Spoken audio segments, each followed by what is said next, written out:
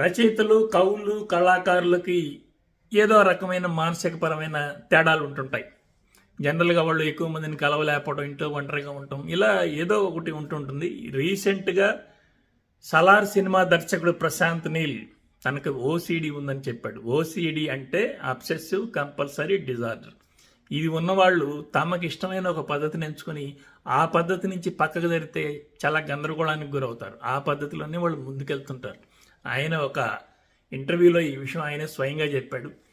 ఈ ఇంటర్వ్యూ ఎందుకు జరిగిందంటే, సలార్ సినిమాలోని సెట్టు, కలరింగు, టోన్ అంతా కూడా కేజీఎఫ్ 2 లాగే ఉంది అని చెప్పి ప్రేక్షకులు ఈ పాటికే చర్చించుకుంటా ఉన్నారు. ఏమిటండి ఇది ఇలాగ ఉందంటే ఆయన చెప్తాడు, నాకు ఓసిడి ఉంది, నా మనసులో ఒక రకమైన చిత్రం ఏర్పడితే అలాంటి చిత్రాన్ని నేను తెర మీద చూడటానికి ఇష్టపడతాను. రంగురంగుల చొక్కాలు వేసుకోవడం నాకు ఇష్టం ఉండదు అని చెప్పాడు. ఫ్యూచర్లో కూడా ఆయన నుంచి ఇలాంటి సినిమాలే మనం ఎక్స్పెక్ట్ చేయాల్సి ఉంటుందేమో. ఈ నెల 22వ తారీఖున విడుదలయ్యే సలార్ పిక్చర్ ఇప్పటికే 1000 కోట్ల వ్యాపారం చేసిందని పరిశ్రమ వర్గాలు చెప్తా ఉన్నాయి. ఇది కూడా గ్రాండ్ సక్సెస్ అవుతుందని ఎక్స్పెక్ట్ చేయొచ్చు.